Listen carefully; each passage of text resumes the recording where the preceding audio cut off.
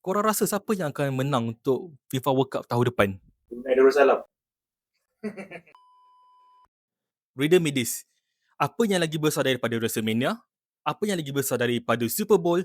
Ataupun apa yang lagi besar daripada ASL Esports Tournament? FIFA World Cup akan berlangsung pada tahun depan 2026 yang dulunya dia bermula pada 1930. Sangat lama dan 13 tim saja masa tu. Tapi sekarang ni aku nak tanya korang. Just one question, a big, really simple question. Kenapa korang kena ambil kisah pasal World Cup tahun depan? Aku akan cerita dekat korang.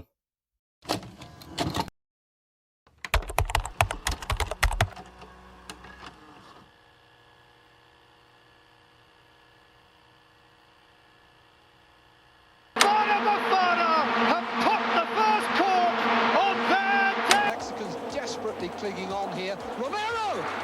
Ravino is. He's walking in.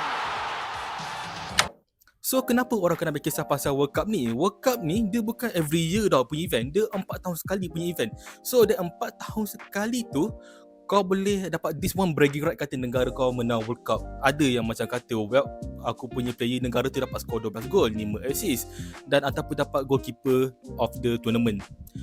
So macam mana diorang boleh pilih tempat untuk World Cup tahun depan? Macam sekarang ni 3 negara which is North America, yang satulah kau dapat Canada, USA dengan Mexico.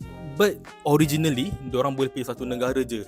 Macam before this korang dapat Uruguay, korang dapat Brazil, 3 negara yang aku mention tu lah. But macam mana kau nak mention negara yang kata diorang pilih, apa steps dia?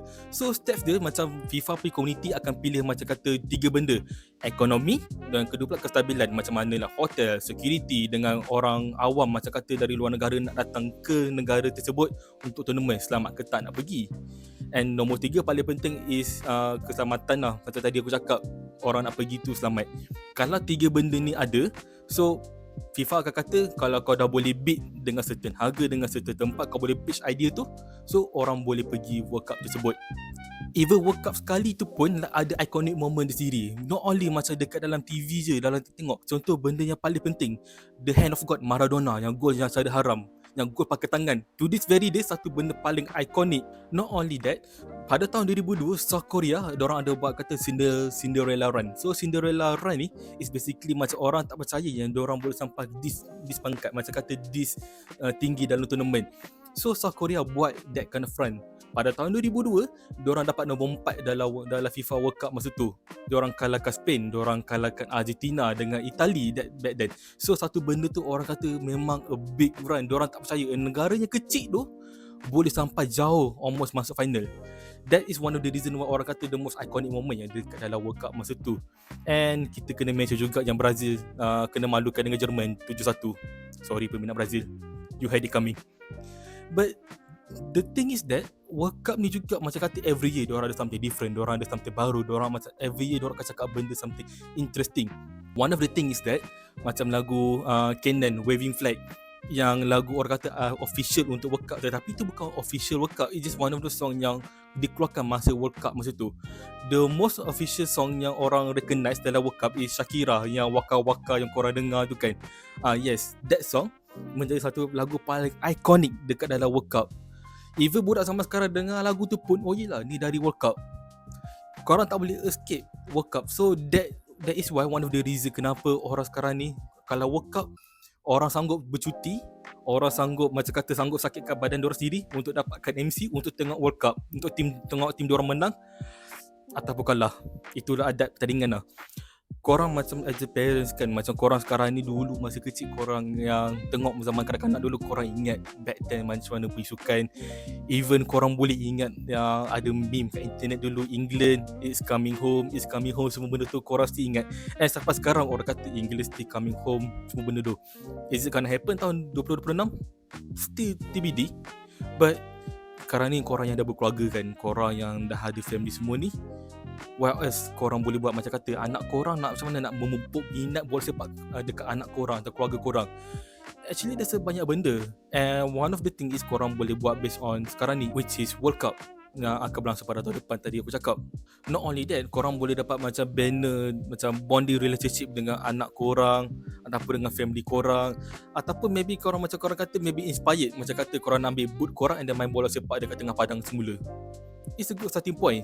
Yes, maybe orang kata yes korang boleh main FIFA, yes korang boleh main PES, Winning 11, semua benda tu, which is great, which is aku boleh kata like a great way. It's not a wrong way. As long minat tu ada, that is fine.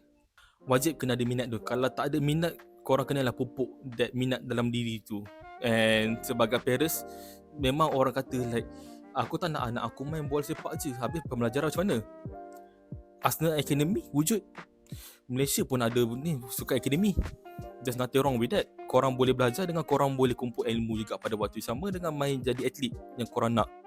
Kita ada sekolah sukan kan? So why not weaponize that kind of thing? Kalau anak tu minat kata nak main bola sepak, anak tu minat kata dia nak tahu apa yang dia boleh faham lagi pasal tentang sukan, dia nak jadi role apa, goalkeeper, striker, winger, midfield, it's up to them. Diorang boleh eksperimen apa benda cara diorang nak. That is how, sebagai parents, korang kena figure it out. What else aku boleh buat dengan anak aku untuk memupuk minat dalam sukan ni.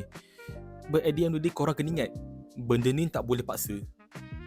Even dalam World Cup sekalipun, kalau anak tak nak minat, that is fine, tak apa. Tetapi kalau dia dah start minat, kalau dia dah start tanya, minggu ni match siapa lawan, siapa score game semalam, siapa menang malam tadi, that is a good start. And that kind of thing tu lah korang ada moment untuk macam nak kata nak bagi tahu, aku ada bonding time dengan anak aku sendiri. Korang dapat spend time dengan anak korang, dengan family korang. Bila lagi korang nak tengok World Cup kan, 4 tahun sekali. Keep on growing, keep on tengok. Mana tahu dia minat memupuk minat lain. Tahu tak betapa ramai dalam dunia ni macam kata, aku harap aku ada bonding moment dengan anak aku dalam dunia bola sepak. It doesn't have to be World Cup juga. Boleh tengok bola weekly. Support team korang yang korang suka sekarang ni. Tak kisah dalam Malaysia, dalam Premier League, La Liga, Bundesliga, a lot of things. Semua boleh tengok. That is why bila kalau korang tengok sukan sekarang dengan family, which is macam orang kata, yes korang boleh tengok bola sepak, tapi jangan lupa tentang education. Sebab both those things korang kena align. That is why korang sebagai parents, korang kena tahu macam like which line korang kena pergi. Macam like yes, korang boleh jadi atlet, and also pembelajaran jangan dilupakan. And that's okay. Sebab as a parents, that is your job untuk anak korang tak terlepas dalam pembelajaran yang diorang buat sekarang ni. But don't clip their wings. That's the most important thing.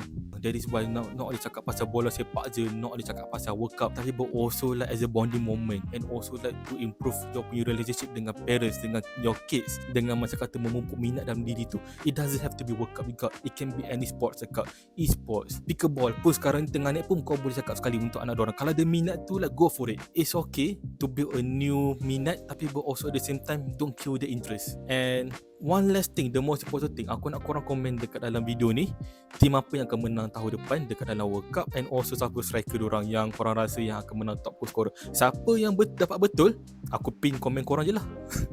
So itu je untuk video this week. Jangan lupa untuk subscribe channel ni, like, share and comment. Signing off, Faizal dari MyNaps. Jumpa korang next video. Take care.